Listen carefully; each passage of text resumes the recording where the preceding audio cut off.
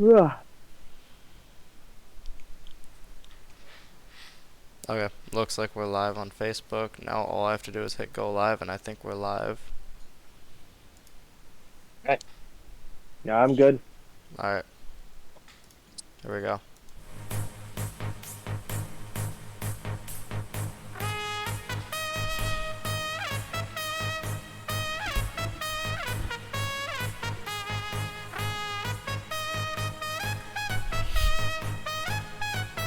I don't hear anything, so Oh, they're on the Facebook stream. They're on the Facebook live stream. okay, okay. I'm playing it on Spotify. Are we Yeah, getting I'm not copyrighted or that. what? No. Well, maybe, but hopefully not. Not yet. Here's my southern slang. I speak it every day. I'm trying to get it poppin' each and every way. All right, we live. Yeah, we're live. All right, kicks off. No, we're still in the intro song. If there's any New York Mets fans listening, they'll know what I'm doing right now. Oh, are you playing the what's the name's intro? Yes. Edwin Nice. Diaz. Yep. I don't know what that sounded like. Hey, Alright. hey. That intro's lit. Alright, how's it going? Welcome to episode 3 of the Out of Pocket podcast. We got Duster, T-Rob, and Zweig here with us. What's going on, boys? How you doing? Pretty good, man. Doing- Not much. We're hanging in there. About to go. I know we got the baseball theme. About to go see the Dodgers completely crowbar the Diamondbacks in a couple hours. So that's gonna be pretty fun. Yeah, I'm sure there's going to be wagers being thrown around on that. Yeah, Dodgers like -5.5 spread. Let's take it They're going to cover, I'm sure. Dodgers are, as they win 6-1. of course, Yep. That's almost pretty like, standard. yep. Trevor, what about Yeah, you? they told him. They said League's gonna put a -5.5 point spread. So once you get to like 5 runs, you just can't score anymore, guys. Yeah, make sure you hit ground into a double play this time up. Yep. Well, What were you no, saying? no baseball games for me tonight. Just probably some dinner and yeah, I don't know. I'm probably gonna watch some Netflix. Find a new show to watch. What's, Well, I mean, dude, what you been watching? Like, what's the last show that you watched? I watched Devil in Ohio. It's on the charts for. I think it's number 2 most watched right now on Netflix. Pretty sick. Well, I finished it, so it was a good show. Right. No, what's it The Devil about? in Ohio. Give us a little rundown. Yeah, it's about this girl. She escapes from a satanic cult, and she gets taken to the hospital by somebody driving by. And the lady that works at the hospital is like one of the main characters, and she takes her home and starts taking care of her. And basically, they're trying to protect this girl from going back to this cult, because like she's been programmed in her head to like want to be part of her family, even though it's not a good situation. So this family that is completely normal is trying to take her in and make sure that she gets the life that she deserves. And this girl just keeps trying, not really trying to go back to the cult, but she just is drawn back to it. So it's That's pretty gnarly, man. interesting. Yeah. Yeah, it's pretty spooky at times. Like they'll hit you with the spooky music at times, and you think somebody's gonna jump out. And it's a good show. The jump scare. The classic. Yeah, dude, it got me. I was watching it last night, and I was like the only one awake, and it was dark, and I was like, dude, this is kind of scary. Like, I better go lock the doors real quick or something. Turn the light on while you watch it. Yeah, right. That's Have every Bro, light speaking on of in the jump- house at like midnight. Speaking of jump scares, bro, I see some videos like on TikTok or whatever, and it's like stare at the dot and you can see a certain color, and like I'm still so triggered. Like I have PTSD from like 2009 seeing those jump scare videos that every time I think it's gonna be one. Yeah. Y'all seen those? I was Yeah. fortunate. I only saw 1 or 2 in my lifetime. Oh, It you're could have lucky. been a lot worse, definitely. That was some traumatizing stuff at a young age. Just let people get away with posting those. That's good stuff. But yeah. So sick. Sounds like we all got some pretty chill nights. I think I am going to the Cheesecake Factory tonight. Little late birthday dinner with me and the girlfriend. So hopefully. Yeah, bro. Happy birthday, by the way. I just saw that on Yes. Facebook. Thank you guys. Appreciate man. it. You ripe old age of 26, you know. Bro, you're in your prime now. Prime, man. I feel like I just got out of my Closer prime to- at 25, you know. You're closer to 30 than 20. That is true. I'm Scary, bro. over that hill. Yup. So yeah, I definitely feel like gamers, like their primes are like 18 to 21 depending on like what game they play. So I think that But ship their has primes are sailed like for me. 12 now. Yeah, it is like 12, honestly. Some of these like Fortnite and Apex kids, they were so young. And Ninja fan. and they're making a lot more than we are. Sad. Yeah, no kidding. But it's all good. I mean, bowling's doing better, it looks like, at least from a financial standpoint on tour. Yeah, you gave it the business at the 10K, yeah? Kinda? Kinda. Or you got the business? I ramboed them in qualifying and snuck out a 16th seed bye. My squad was stacked and 1 and 2, man. Not a good pair for me all weekend. Especially that match that I bowled Haynes. He just grinded him, give him a nice 620, no huss. Like, Yeah, they were pretty tough, yeah, as predicted. every time I missed right, my ball missed right, and every time my ball missed left, it overhooked. I was like, tough to win a match or get loose, even throw a double when your ball's doing that. So sometimes that's just how it goes, though. But great tournament. I mean, Darren bowled awesome all day, realistically. So did Russ. And there's quite a props few. to Russ and Darren. Quite a few guys realistically yeah. that bowled Yeah. great. Like honestly, Derek, hell of a run. Like considering the left really wasn't that good. He definitely put on some good bowling to get to where he was, and he ran into a buzzsaw. I mean, imagine if he didn't have to bowl Simo, if he got like a local guy or something. Then he'd bowl Simon later.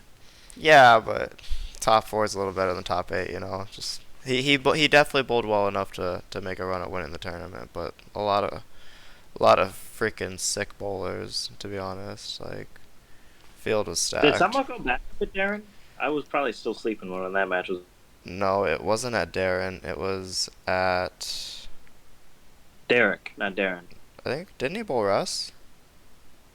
Simo did backup against Russ, and that was like the sickest thing I've ever seen. Yeah, and he lost. It was reactive as well. He squeezed, yeah, sick, 247. That was, I mean, to get to where he was absolutely sick. I think he could have mustered something up from the right side, but they were ugly, so I don't really blame him. It's pretty ballsy, and he could have doubled in the 10th to win. He aced the first one. Yeah, they.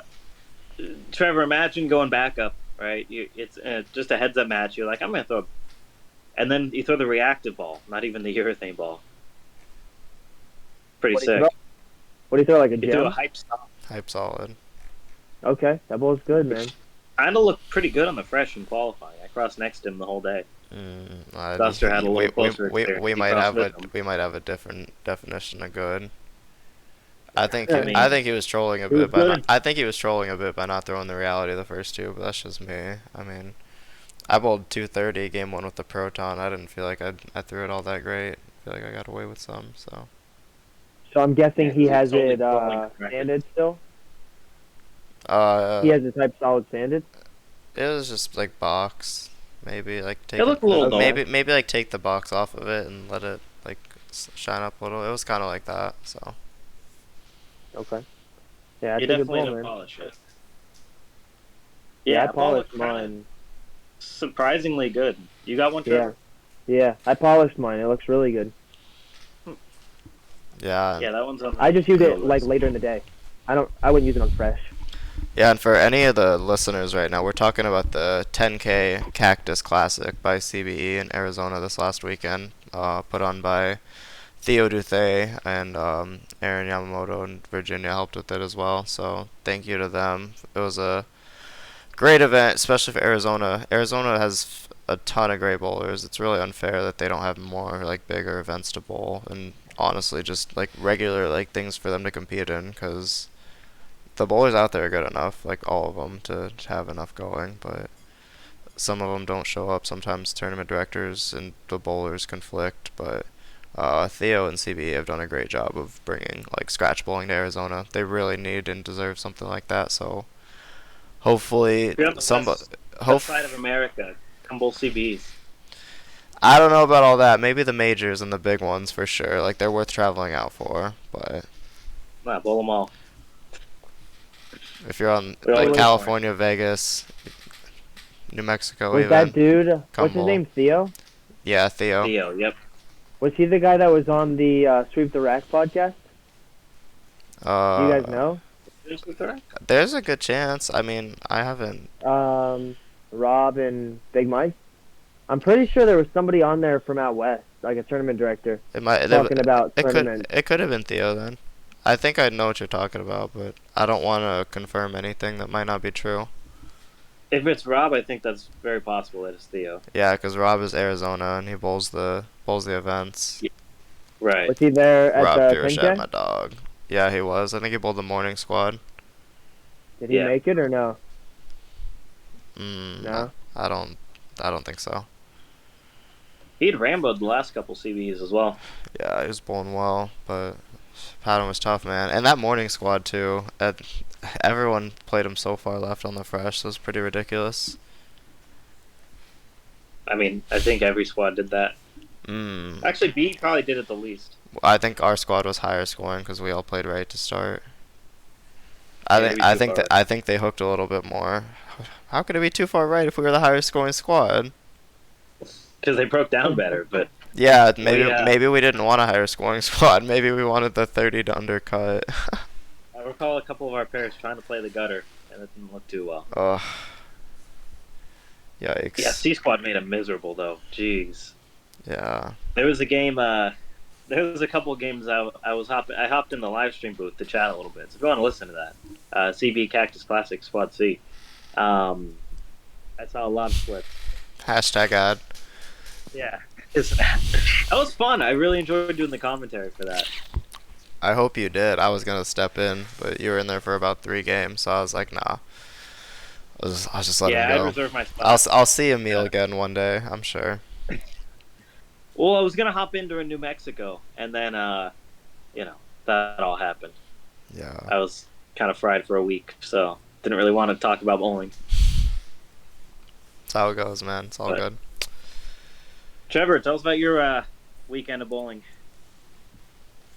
All right, so we on Saturday we had a charity. It was a cancer charity tournament.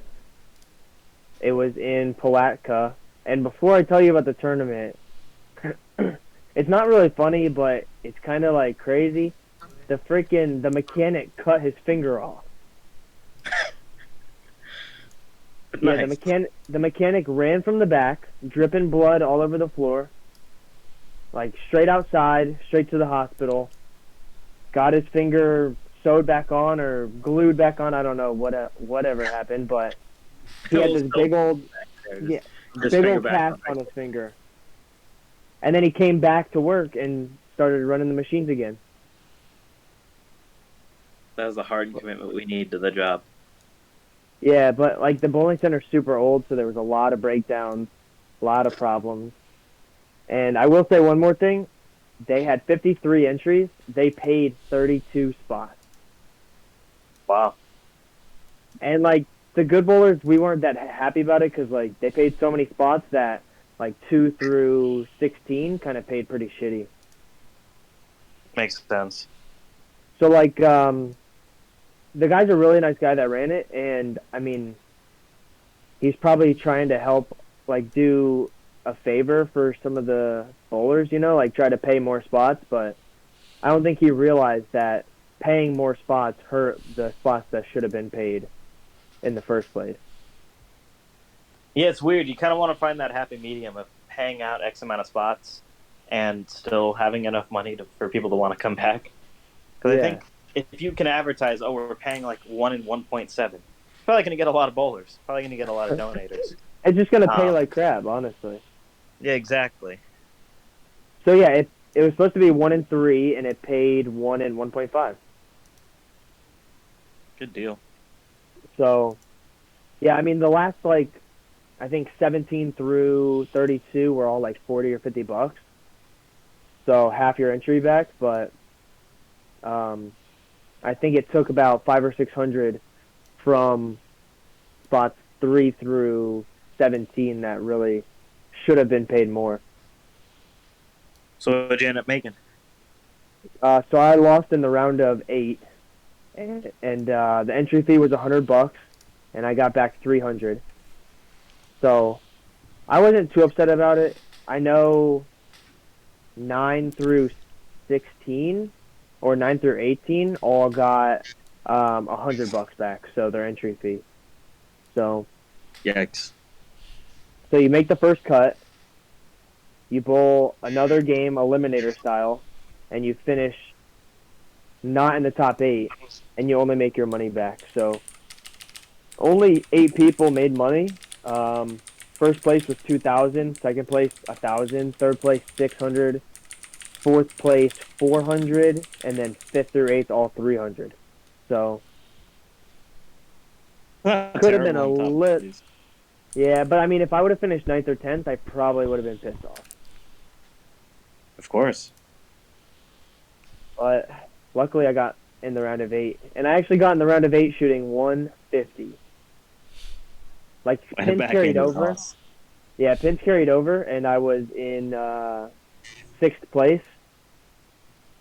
And this is actually what I was going to ask you guys, because they hooked so much, and that this year has been when I bowled the worst. So basically I got into like 27, 28, 29, 30 at the arrows, and I basically ran out of room. Like I couldn't get my ball to clear the fronts and have a consistent ball motion. It was either picking up early and never hooking, or picking up early and hooking too much, or dying out before it hit the pocket. So I kind of wanted to ask you guys, what are some tricks that you do when the lanes, like the front panel or two, are hooking a ton? I got a couple. Here with the two-hander, has to say first, then we'll talk about the real bowlers. If my ball's doing that, I usually try and move left and catch it a little more and just like try and go around it through that spot. And if it hooks early in big fours, I get pretty mad about it. And so I'll go a couple more left, and then I'll throw it through the spot, and I'll be lucky if it hits the head pin. Actually, I'll be unlucky because if it does, I'm gonna 210. So if it misses the These are head pin, great tricks. if it misses the head pin, I have a chance to wash out. Um, yeah, and if that doesn't work, I might throw it over the front, but realistically, like how much can you throw it over the front? Because eventually your ball's gonna like jackknife when it hits the lane, you know. At least that's just how I feel with like the current patterns, you know, like. So like how far, when you throw it over the fronts, how far does it go? 20 feet, 30 feet, 10 feet? What are you talking about? I don't think I've ever thrown a ball 30 feet in my life. First off, Trevor. I've seen it before. Not by me. I'm sure you've seen some other guys do it. Duster, pull up my TikTok. I have a video of me throwing it 30 feet. Oh my god. I don't know if I can pull up TikTok on my PC. You should be able to. I'm gonna get a bias. I'll tell them about the tricks. So Well, let me answer Trevor's question first. I throw it. Generally, like I'll just start like if it's urethane. First off, like it'll just be like a little more like up. It won't be like out. Like I won't be trying to throw it for a distance. I'll be trying to just up hit it a little more to get it over the early hook, so it still like sees like the front part of the lane a little bit. It doesn't like try and see too much down lane. But if it's like late in the day when I'm like ball return and that's happening, then like yeah, I don't know. I guess you kind of just throw it as far as you can. Like arrows is probably like the max that I would throw it to, realistically, until I try something else. So wait, a question though. When you said you try to hit it harder, when you try to hit it harder, do you try to open your angles and go steeper? Not necessarily. I just try and make sure that my ball catches the front part of the lane. That's all. Because I just feel like my ball personally burns up a lot. Like, my ball doesn't really read the mid lane very well. It's either like clean through the fronts and sharp down lane, or if there's not much oil in the front and they're tighter down lane, then it's just like my ball never stores energy off of it because it gets caught up in the front part of the lane too easily. So I'm really the wrong guy to ask. Matt's a little more professional at playing the Shimwreck, so you could probably ask him. Oh yeah, we love the Shimrack here. Yeah, I think that I don't know. Were you on the pair when this happened? When we bowled the CBE on like 45 feet, 10 mils or whatever that was. Nah, I skipped that one. Oh, I was like standing No. 40 with the gem game one. My whole pair was fried. Yeah, that was suspicious. All right, so I think is your question like under the lens of moving left is not an option, or is already No, like I'm out saying of like play? even like when I am further left. So say I'm lined in hitting 25 at the arrows, Mm-hmm. right? It's hooking too much. I moved to 27. Okay, it's hooking too much. I moved to like 29 at the arrows, and that's when I have to start lofting it a little bit over the gutter, the left gutter. I just can't seem to find a consistent reaction because of the early friction. Like I try to go steeper, I try to come around it, I try to go a little further, a little faster. It just seems like what I'm trying to do is not working when the lanes are on fire. Mm-hmm. Like way later in the day, game 7, 8, 9, when I need to start striking, it's always 150, 170, 190. I just can't. Have you tried taking your thumb out of the ball? I feel did on that's not gonna help. Saturday. You I did? did on Saturday. Yeah, I used Ethan's ball, and I still I shot terrible. But I did think- try it. I think your first mistake is you're trying to hit a target that's left of the head pin. What are you talking He, about? he's talking about ASU philosophy. We have a little different alignment system. Your eyes never get left of 20. All right, well, throw that college bowling crap out of the window. And let's talk about the tour. Let's talk about the No. tour. Let's not talk about the tour, dude. Well, no, not the tour, but I'm saying like how you play the lanes on tour, getting way left, getting steep. Yeah.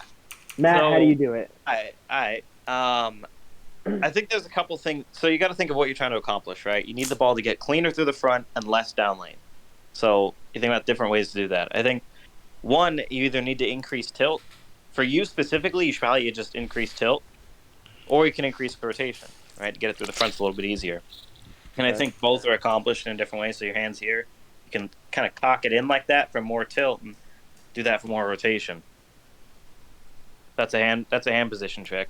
You kind of cock your wrist inward. Yeah. So that'll get you more tilt. And then you come around it. You just kind of flick it off your hand. Like think about Okay. like Fagan. Think about his hand at release. Okay. It's like you know what I'm talking about. You've seen it. Yeah. Sick. And his tilt's like super high. Probably the highest tilt you can have and be successful besides like Ryan Schaefer. So whose fingers are also kind of like that. And you think about like a Wes Malott who has pretty normal tilt but has pretty high rotation. Same thing. He's really good at curving them and getting them to push from in. I mean, loft is obviously helpful if you lay it down and it goes in the gutter. You probably loft it over it. I'll do more than anything though. I'll do like a grip pressure and ball speed kind of thing. Because if I think I'm in the right spot with my feet, it's more so about just getting it dialed in. Because once you get it dialed in, you're fine. And then you can just see that shim and be okay. What else? So question. And then do lastly, you, ball choice is pretty important. Right? So if you think about what would be a kind of ball that would be clean through it and kind of lay off down lane so you don't see overbounce. Well, it's not going to be like a high road pearl, is it? Because that's going to be clean and whippy. So you might want to be a shiny or big ball because it'll still be Okay, clean and so it'll tumble. you don't want to see a ball that's super whippy when it hits friction, because then you're From still not going to be able to keep it on the right side of the head pin. None of them stay on the right side of the head pin. if you throw it slow enough, if you throw it firm enough, it won't get over the left side of the head pin. Yeah. So I'll actually go inverse. I'll go back to the top of my bag because I know that's the stuff that's going to lay off, right? The same problem that I'm having on the fresh, if the ball's too whippy, is the same problem I'm having if it's hooking too early from later in the day. So I'll get left of it with a stronger ball and use that because I know there's fresh shim in there. That's why the UFO Alert's such a popular ball for that spot, in my opinion. Dude, that's like the Because greatest ball ever made. it's very clean, but it's also like very like smooth and predictable. And strong. Yeah. It's strong. Yeah, UFO Alert is like, I could not imagine a better bowling ball for that exact instance. So I hope that answers it a little bit. But Trevor, like Yeah. it's tough to answer your question because like the oils could all change in 3 months when we start 2023 and it's a whole new game. So Yeah, it also depends what oil we're using, right? the oil, the patterns, the balls, like whole new meta in 3 months possibly. I think it's every Meta. couple of years. I think the bowling meta changes every 3, maybe even 4 years. But do you think there's like a sub meta that like would like to be at the top at the current time? Like there's certain things you have to be doing differently than like other parts of the season. I think it's more so searching to optimize it. I saw that a lot on tour this year, where the meta was obviously throwing stuff like UFO alerts and dark codes and whatever from left really slow. You see someone like a Chris Prather type who maybe had a little slower start to the year, and then I saw him just throwing UFO alerts and dark codes the whole block, or at least like after game 3, he's at the top of the leaderboards. And that's what it takes for a pro like that. You know, top. They just need to see the right shapes and how soft are the races. Right. And so once a couple guys start seeing that these guys are having success, well, they drill those balls. Maybe it works, maybe it doesn't. And that's where that all develops. Yeah, but we're also talking about like cream of the crop too, like world class like players. These guys are tiers like above, like not us, but I would say like the regular like regional grinders. You know, like these. It's a very big gap, and people don't really quite respect that in bowling because they don't see how much different the patterns are. Like it's not just they're bowling on this name pattern. They're bowling on this name pattern with this oil at this center that they've arguably probably never bowled at with transition that they've realistically never, like the regional bowlers are never gonna see. Like it's just like an unexplainable gap, like how much better these guys are because the conditions are just absolutely brutal, and they just kind of they always find a way to make them easy enough for them, and be Yeah, the because they best. know what they're looking. They've worked hard. They know what they're looking for because they've bowled, so many years. And once they see what they like, it's really not. I said this relatively. It's relatively not that hard to shoot those big numbers on something that seems impossible to a lot of people. But you're Well, once you comfortable see on. what you need to see, you're fine. Yeah. And if you don't know what you need to see, then maybe it's maybe you got to go to the drawing board a little bit and figure it out before you start bowling those big tournaments.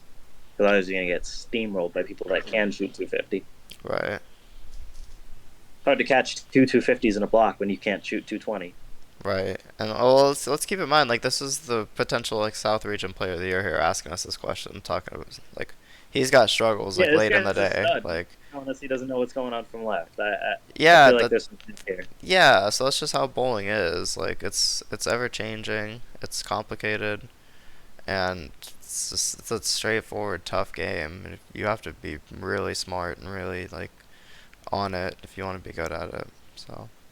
Yeah, and even for example, I just thought the getting left in Arizona is much different than the getting left in Texas. It's literally two different games. It really is. Darren was hooking the lane with a Dole Phase 2. I think Tez was throwing a UC3 or some other big ball. And then in Texas, if you have a ball stronger than a Phase 2 in your bag, it's a paperweight. Right. Like you need a bag with like 3 hustles in it or something. In California, it's the same way, essentially. Yeah, Just California hooks. just the lane surfaces are all so beat up and old, and it's not at any fault of like the proprietors or anything, but it's just the reality. Like these centers are all timeless. They've been around for so long. It's just how it's gonna be. So Yeah. I wouldn't even. It's not worth it to invest in new lane beds. So unfortunately, the stronger the balls are that come out, as it seems to be, um, it's just tough to keep up with. You can't just keep putting more oil out on the lane because that doesn't really seem to be the right answer, in my You opinion. don't need to. To make patterns hard and to keep everything in check, you don't need to do anything different from the patterns except take two loads from the front 10 feet and put them in the back 10 feet. That's it. All you have to do to make them hard. Right. And you can't throw super big balls. You can't throw flippy balls. Like you have to throw the right ball at the right time on a condition like that. You don't even need to make them under 2-1. I Like was 1-1 is kind of I pointless. I was gonna say I think this might be a hot take. This might be my personal opinion, but I don't think making them hard is making them fair.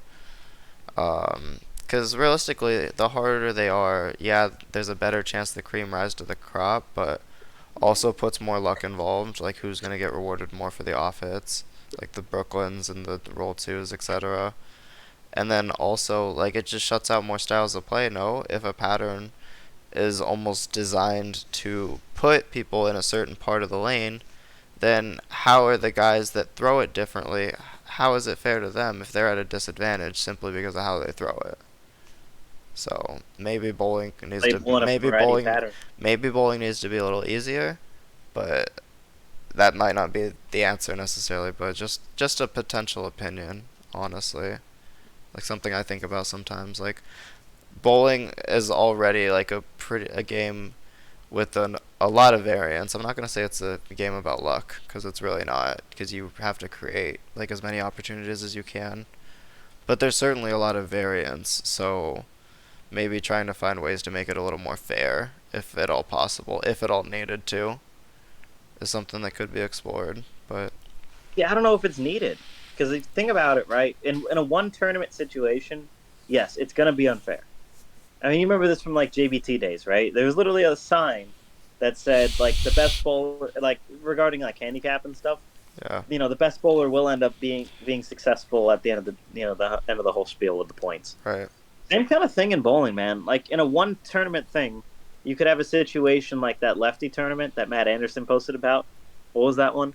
Uh, That was the Jody, 10K that in was Jody Columbus. Boyd. Yeah. Yeah, like Yeah. that. Yeah, that's fair. I think even the lefties can agree that was a bit unfair. Um, but in like a vacuum, right? If you have 20 10Ks on 20 different patterns and whatever, I think the best bowler is going to make the most money out of all that. I think the tour shows that every year. That's why the Player of the Year exists. Because it's going to be impossible. It's never going to be fair in a one tournament setting. It's just never going to happen that way. But if we look at a long, extended sample size, right? I talked about this on the stream the other day. If we look at the sample size on these things, like Momo can go miscut, but if you look at his last 20 tournaments, he's still the GOAT. Right. You know what I mean? So they shut out the two-handers. Well, no, they haven't been shutting out the two-handers. Just the straight played and the left played. Yeah, no, I mean that's true, but wouldn't that be an argument for wanting to make them a little more fair since every tournament's gonna be unfair?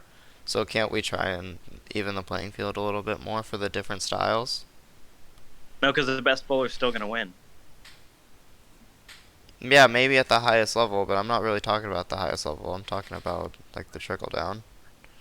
I'm talking about the up and coming like bowlers that are just now getting into tournaments and maybe will dip their feet into regionals if at all possible. Like the ones that go out to these tournaments and the pattern's a little hard. They don't really have a clue what's going on. They play them everywhere. Not to anyone's fault, but they just don't really know what's going on.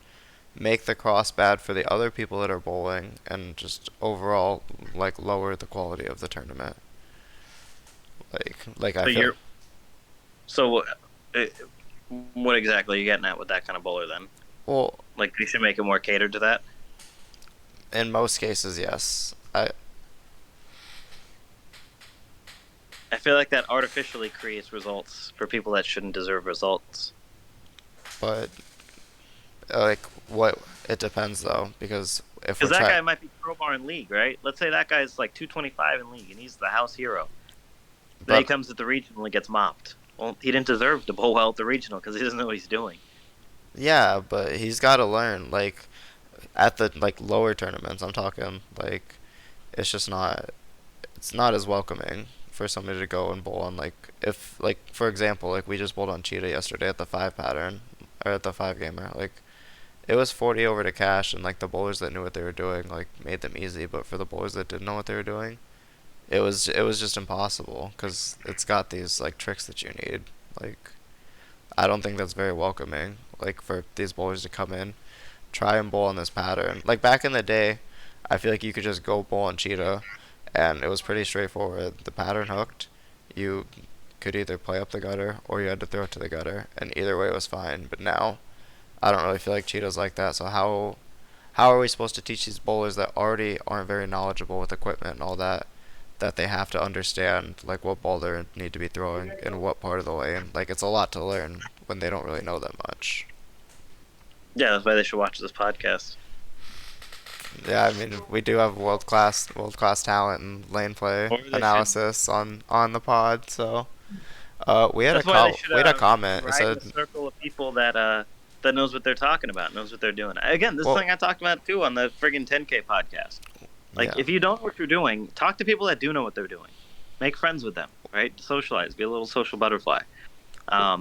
But surround yourself with people that are successful at the level that you want to be successful at, or whatever level's next. And you'd be surprised what you learn. well, so we had a comment that says, doesn't making it easier just reward the missed throw early on, funneling in a sense?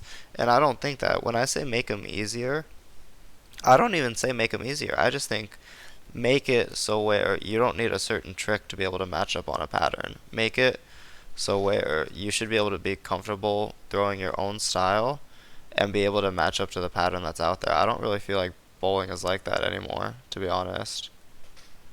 I personally think making it easier just means that the guys that were going to average 180 are going to average 195. But then the guys that, when people were averaging 180 are going to average 210, are now going to be 225. I But- think everything just shifts. I don't think it cycles people around. But those people that are like stuck averaging 180 that are like, why can't I get these extra 15 pins? Like so people with like lower rev rates essentially that like realistically they can't really bend the lane. Like, do they just have to take those weeks that they're gonna be shut out? Like, why can't we give them a chance even when we're bowling on something like some pretty tough stuff, but like the people with the rev rates are gonna dominate. Like I don't. I just want to see a way for it to be like more fair for all styles, a little more welcoming. Essentially, it doesn't have to. It doesn't have to be easier. The shorter patterns, don't they benefit the lower rev rates? So they can play further right? No, because now I mean, it's now with the urethane urethane, dominated. They kind of get screwed when urethane gets down. They have there. a couple. Pattern They have a couple games 35. on the fresh, and if they don't whack them, then it's pretty trashed for the straighties for the rest of the day because the urethane makes them so ugly. Yeah, you So I have to get think- left of the soup. Yeah, I think the straight players are going to be behind the guys that hook it all the time. In today's game, I think you have to learn how to get left and you have to learn how to curve it. I mean, So I mean, but if that's how it is that fair? That, like I said, that's just my opinion. It doesn't have to be right, but that's just kind of. well, I just don't know how you can change that. I think that's where bowling's headed or where it You has can't. gone. It's been that way And since like the 80s. for me, well, I think for me, like on tour, I struggled as I got less. Like there's a certain point where I am good, 21, 22, 23 at the arrows, I'm okay. Once I get past 25, that's when I start to struggle. Have I started working on that since I got home? Yes. 3-step, steeper angles, a little higher rev rate. But I don't know why you're laughing, bro. But No, Right, I'm laughing at a Okay. comment in the comments. That's all. yeah, I bet it said T-Rob. Oh, No, it doesn't say T-Rob. The player of the year in the Southwest sucks. I got a text about you actually. You know, Alec Johnson, who? Mike Johnson? No. Alec Johnson, two-handed lefty. No. He's from Tampa, I Uh, think, right? Yeah, I think Alex so. Johnson? I don't think I know who that is. Either way, he said he just texted me. He said Trevor sees that in Florida, but not out here, referring to Arizona. Like the getting left thing. Yeah, Trevor, you wouldn't have to get left if you lived in Arizona, because their left is just out of place. You have to find a way to play right. Wait, why is that though? I don't get that. Lanes are a lot of newer lane beds out here. They'll hook a Okay. lot in the middle, so. Yeah, you either just stay right or you give it the slow bend. Yeah.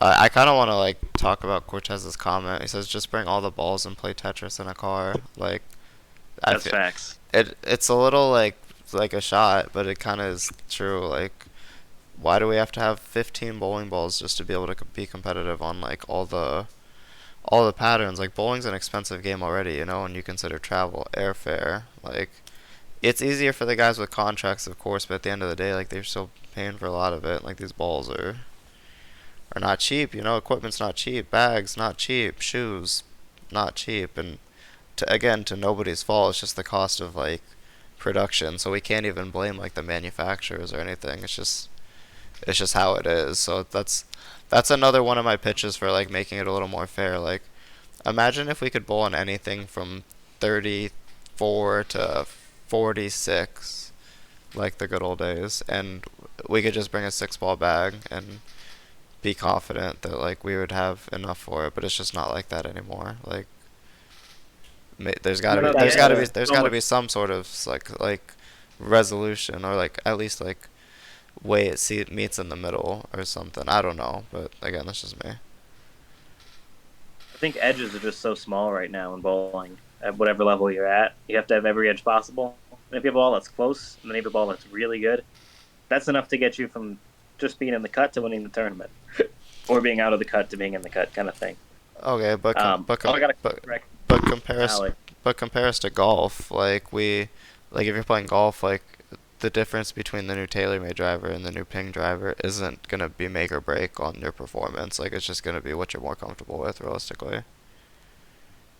I Like, want to see the golfers in the chat say something about that. I don't know enough about. I feel like if you put a different driver in someone's hand, it's gonna be a big deal for them. if there's any golfers in the comments, let us know. But as a guy that shot 80 on the dot before, I'm pretty confident in what I'm saying. But Yeah, it just can't make that much difference, like, compared to bowling, because they're not bowling on oil. right, Like, the thing is, like, the bowling ball is the most important thing. Choosing the right ball, choosing the right line. I think golf's just more about, like, your skill. Where bowling is, like, your skill matters, but it's what ball you choose is probably the most important thing. Which I personally don't like. I don't like having to bring 12, 15 balls everywhere I go, but it's just how the game is right now. it's the current meta, how it is, which it's like evolve or die, you know, just like any other sport or anything else in life, really. You kind of just have to do it, or you don't. So, but I mean, hey, I just drilled a new phase 2 and a high road pearl, and they're both sick, so we can celebrate that at least, right? Dude, those Right. are the best balls ever made. Two Yeah, of them. two. Your hole was pretty dirty, bro. Dude, that high road pearl is the only reason I made the cut at the 10K, honestly. Not an ad, by the way, because I'm not on staff, but it definitely got me into the number. I couldn't have done that with many other balls on the market, so Yeah, that ball was singing off the spot.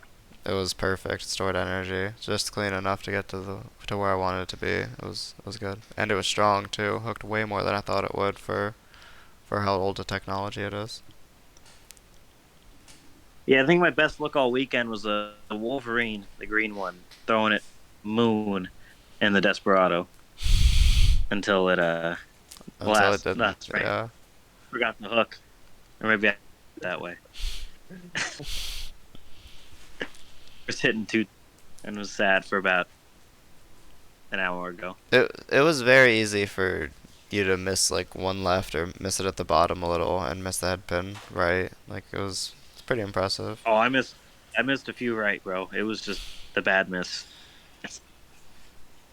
Right or But left, like if there was a defined hook spot, and if you didn't see that early hook spot, like, your ball just, it didn't have a chance. It was dead. No, you never knew when it was gonna hook. Yeah. And you couldn't throw a ball enough to make it hook off that because it would bog down the arrows because we were bowling oil, Right. which is something too. I think people don't consider at all when they make decisions in bowling is what kind of oil's being used. I don't think people actually realize how different viscosities are. And how important that is. Yeah, yeah. But And again, that's the thing I learned on tour.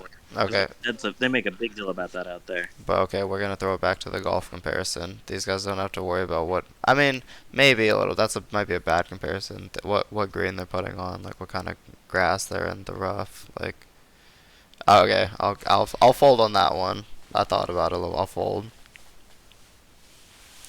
The Bermuda grass. Well, I know they have grass in Asia that's cut a certain way, and you have to like putt along the grain, and then like the grass out here is a little bit different. Um, I've so I have never a suspicion there's a lot of.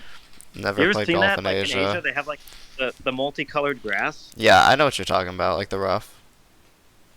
No, even like fairways and stuff and greens. It's like two different greens, like the color. Oh well, they do that in And America. because They do that in America sometimes. It's just the design of the fairway. Like, Sure. It's just cut different ways though. So like you have to get your ball started on a certain line on those things. It's crazy. right. Then I'm still gonna leave the putt short by about 10 feet anyway. So Just hit it, man. Don't be a bitch. or dude. 20 feet past. One of the two. Yeah, it's T On a Rob, good line. T Rob, you play golf, bro? No, but I want to.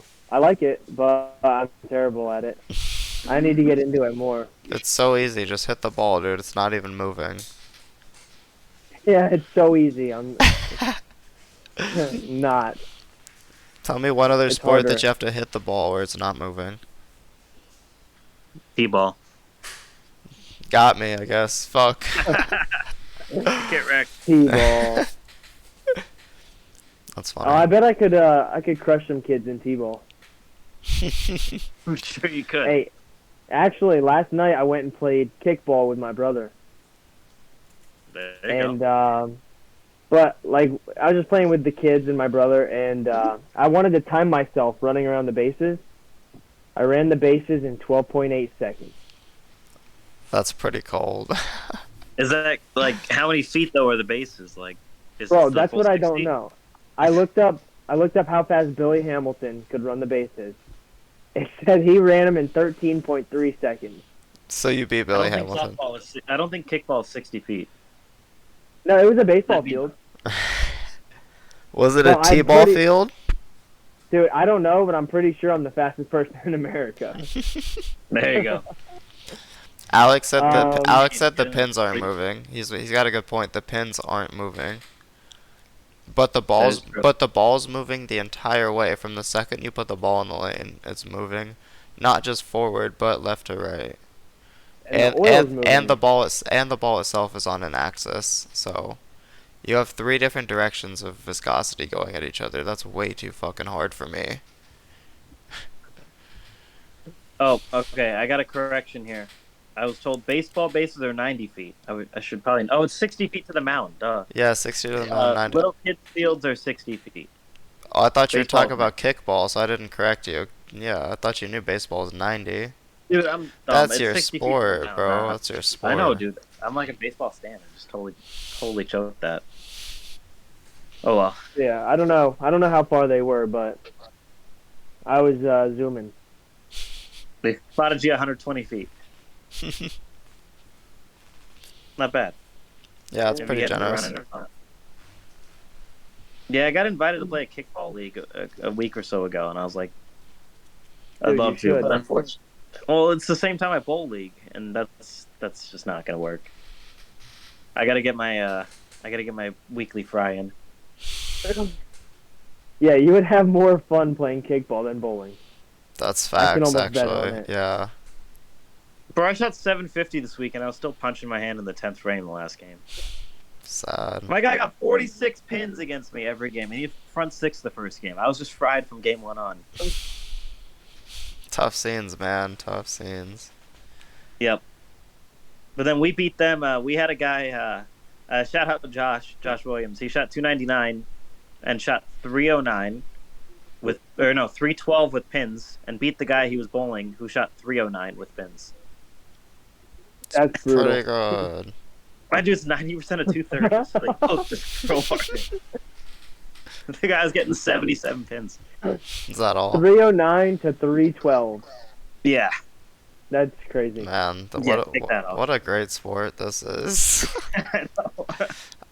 I think I would be more of a stan of bowling if they went the golf route and just made it where only professionals made money. Bowlers just had to bowl for fun. Maybe No, we maybe never get that's bowlers to bowl then. maybe that's what we need.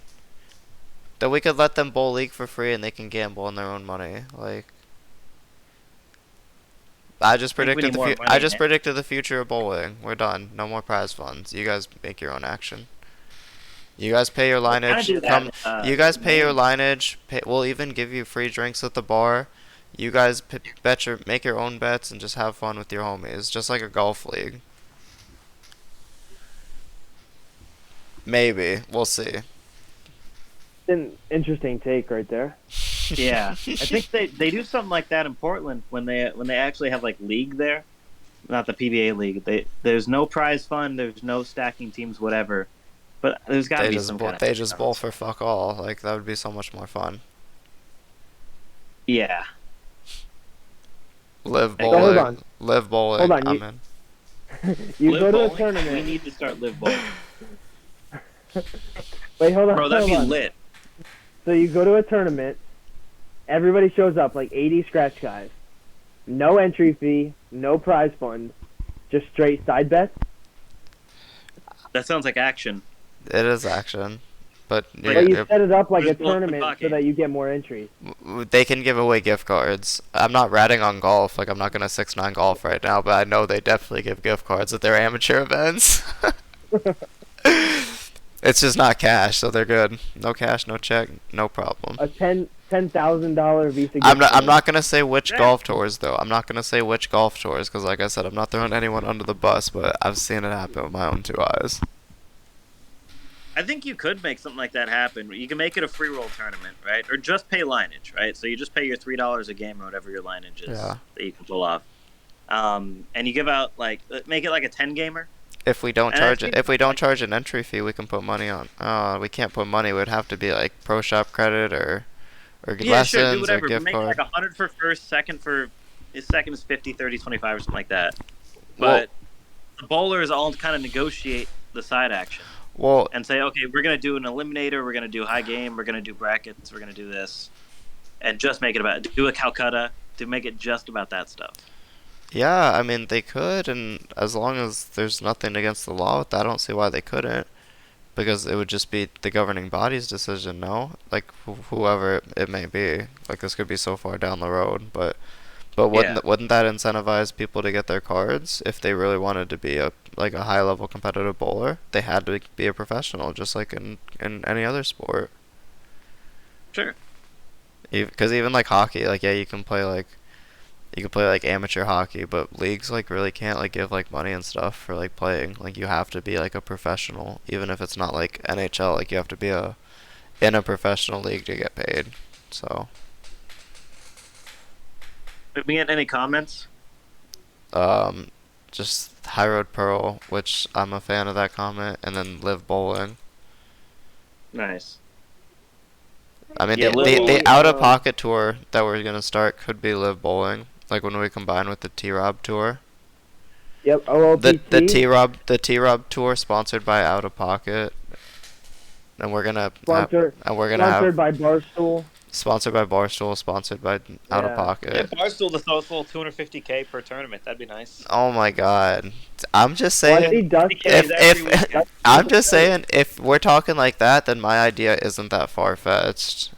So we could do more than 48-man fields in the Live Bowling tour. I'm just saying. No, 48-man fields, one game, King of the Hill format. No, it would just be a 4-game. It would just be a 6-game beat the board. Or no, it'd be 18-game beat the board. You bowl 6 games a day, and that's it. 3 pro-ams a day, and a media day on Thursday. 3 pro-ams a day? Jesus Christ. Or no, 3 pro-ams for the weekend, 1 per day. My bad. I was going to say, that's a lot of pro-ams. Dude, 1 pro-am is a lot, let alone 9. Yeah, no, 3 pro-ams is plenty. Are you bowling the pro-am on Friday? What time's it at? 6:30, 6, Yeah, 5:30. yeah. I think my round of golf will be done by then. I could probably make it. Whoa, what do you mean you round a golf? Whoa, what do you mean? You think I'm coming to Arizona and not playing golf? Where are we playing? Um, You already got a group? Potential. We might be able to put a little 8-some together. Get a couple groups. Yeah, I am inward on that. So All right. we'll I text one on one. I might be tossing the practice session, so we'll see. Yeah, practice. We ain't talking about the game. I'm talking about practice. I mean, it's shark, right? It's shark. I already know we're gonna have to throw it somewhere in the middle. Our ball has to hit somewhere from 16 to 9, and it has a pretty good chance of striking. I was thinking the middle of like the one board. That's out of pocket to even suggest that. And just let it hook off of it. Yeah. Trevor, you got any closing statements for us, bud? Yeah, I have one closing statement. The trial. Here is your winner of this weekend's regional. Hold on.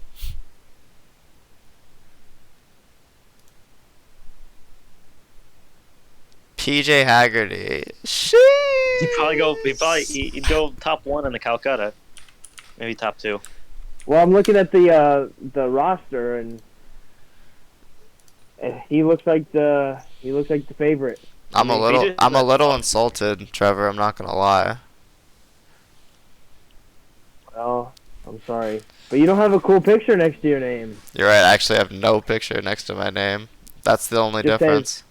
Just says Dusty Duster. How savage would it be if I just put the Out of Pocket logo up on my name? Do it. Do it, bro. Come on. Is there anybody else that doesn't have their picture? Like they have an alias or something? If there is, I'll do it. I think I've seen a caricature or something before. Something like that. But it was still them. Oh, no, yes, there is. Look at this. Michael Loera.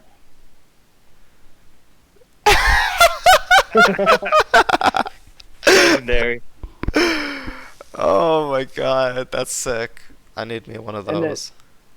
This guy is dead sideways. Brandon Larson.